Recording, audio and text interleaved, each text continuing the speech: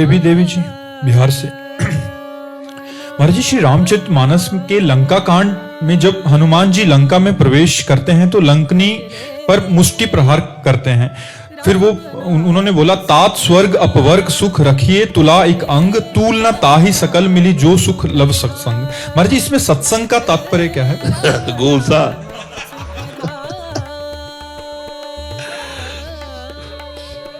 महान परम भागवत जिन कर कमल से भगवान श्री राम के चरण चापते हैं, हनुमान जी महाराज परम पवित्र बाल ब्रह्मचारी भगवत स्वरूप प्रेम में डूबे हुए, जिनके हृदय में सिया राम जी विराजमान है, जिनके कर कमल सदैव राम जी के चरणों का सेवन करते हैं, इनकी महिमा ब्रह्मा जी ने पहले बता रखी थी लंकिनी को।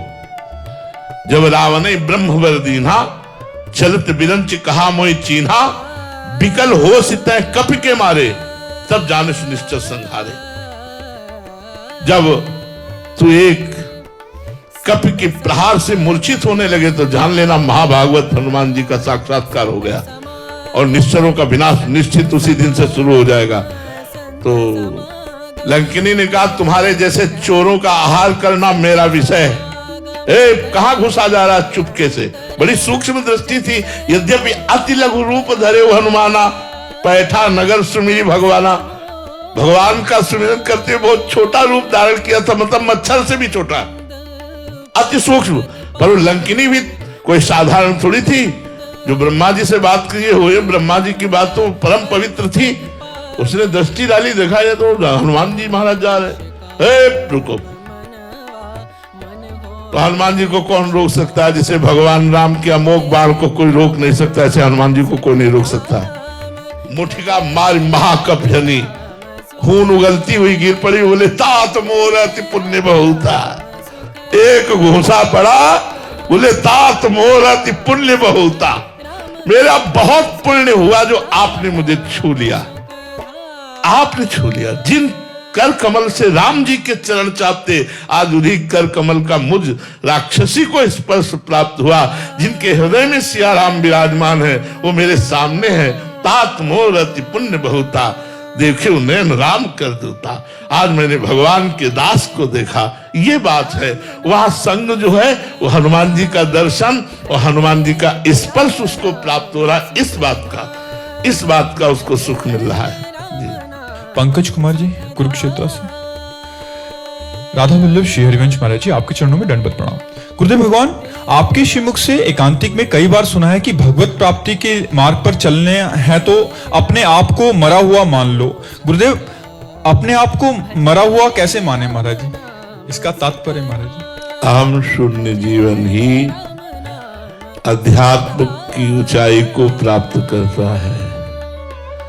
आम शून्य होना ही वो विदेह जीवन है। मरो रे जोगी मरो, ऐसे मर के दीठो जैसे गोरख मर दीठो। आपो त्याग जगत में बैठे, नहीं किसी से काम, उनमें तो कछु अंतर नहीं, संत कहो चेहरा। मन मारिया तन वश में की ना, हुआ भरम सब दूर, बाहर से कछ दिखत नाही, अंदर चमके नूर। आपो त्याग जगत में बैठे, नहीं किसी से काम, उनमें तो कछु अंतर नाही, संत कहो चेहरा। जो संपूर्ण संसार के भोगों से विरक्त हो चुका है, निर्विणस्य विरक्तस्य पुरुषस्योक्त वेदिनः, मनस्त्यजति दौरात्म्यम चिंतितस्यानुचिंतया। जो समस्त भोगों से विरक्त हो चुका है, शब्द स्पर्श रूप रसगंध, जिसने संसार के नानात्व का चिंतन त्याग दिया है, गुरुदेव सदगुरुदेव संतजन शास्त्र इनके उपदेशों को भली भांति हृदयंगम करके निश्चित कर लिया है कि आत्म स्वरूप ही सत्य है और ये तीनों देह और इनका विलास असत्य है, इसलिए वो असत्य से मन को हटाकर सत्य स्वरूप आत्मा स्वरूप श्री भगवान में या अपने आत्मा में स्थित कर दिया है। वो मरा हुआ पुरुष है, वो विदेह है, वो जीवन मुक्त है, वो अहम शून्य जीवन है। जब तक विषयों का चिंतन होता है, भोगों के भोगने में सुख है, तब तक ये जीवन नहीं। इस मार्ग में मरकर चला जाता है। नारायण अति कठिन है, हरि मिलन की बाट, या में पग पीछे धरे प्रथम शीश दे काट। शीश काटने का तात्पर्य अहम का नाश हो जाना। शास्त्र और गुरु की आज्ञा में अनुकूलता प्रतिकूलता, मान अपमान, सुख दुख, निंदा स्तुति, इसको समान सहते हुए चलना, यही है अमृतमय जीवन। मृत जीवन इधर तो अमृतमय जीवन इधर। मृत्युर्मा अमृतम गमय, असतो मां सदगमय, तमसो मां ज्योतिर्गमय। ये है, जब तक हमारा मन जिंदा है तो वासनाओं की खेल खेलने की इच्छा में हमें बांधता रहेगा। दुर्वासना मम सदा परिकर्षयन्ति, दुर्वासना सदैव हमें खींचती रहेगी। जब तक दुर्वासना के खेल खेलते रहेंगे तो उपासना परिपक्व नहीं होगी। वासनाएं नष्ट हुए बिना कोई उपासना की स्थिति नहीं प्राप्त करता। चाहे वो भगवत प्रेममयी उपासना हो, चाहे वो ज्ञानमयी उपासना हो, दोनों के द्वारा एक ही तत्व का अनुभव होता है।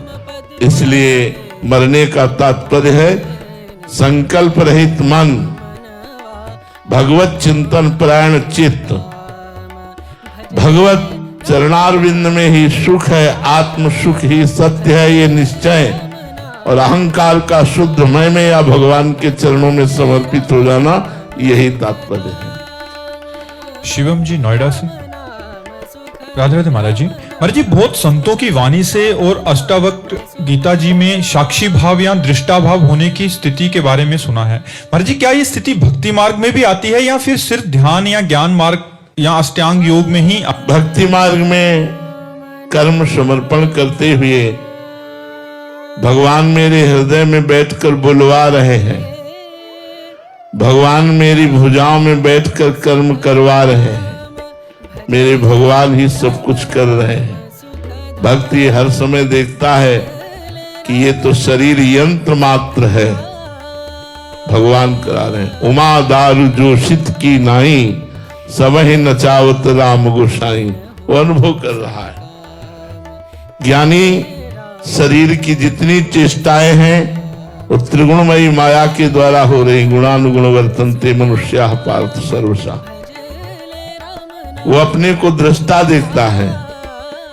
भक्त अपने आप को भूल करके भगवान के चिंतन में इतना तन्मय है कि सारी चेष्टाएं भगवान करा रहे हैं। ब्रह्म नहीं, माया नहीं, नहीं जीव नहीं काल, अपनी ही सुधि ना रही, एक रहे नंदलाल।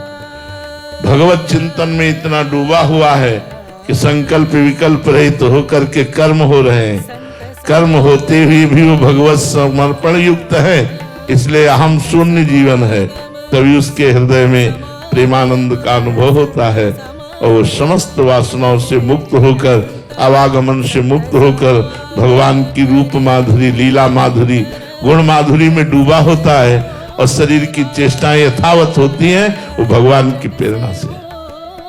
ओम कृष्ण जी अमृतसर से। राधे राधे महाराज जी। महाराज जी, उमा कहूं मैं अनुभव अपना, सत हरि भजन जगत सब सपना।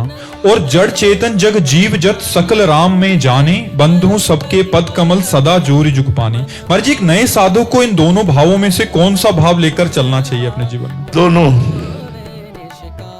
पंछी जब आकाश में उड़ता है तो एक पंखे से नहीं उड़ता, दोनों से, दो पंखे होते हैं। ऐसे हमारी सत्य वस्तु का अनुभव करने के लिए दो बातें हैं, अन्वय और व्यतिरेक।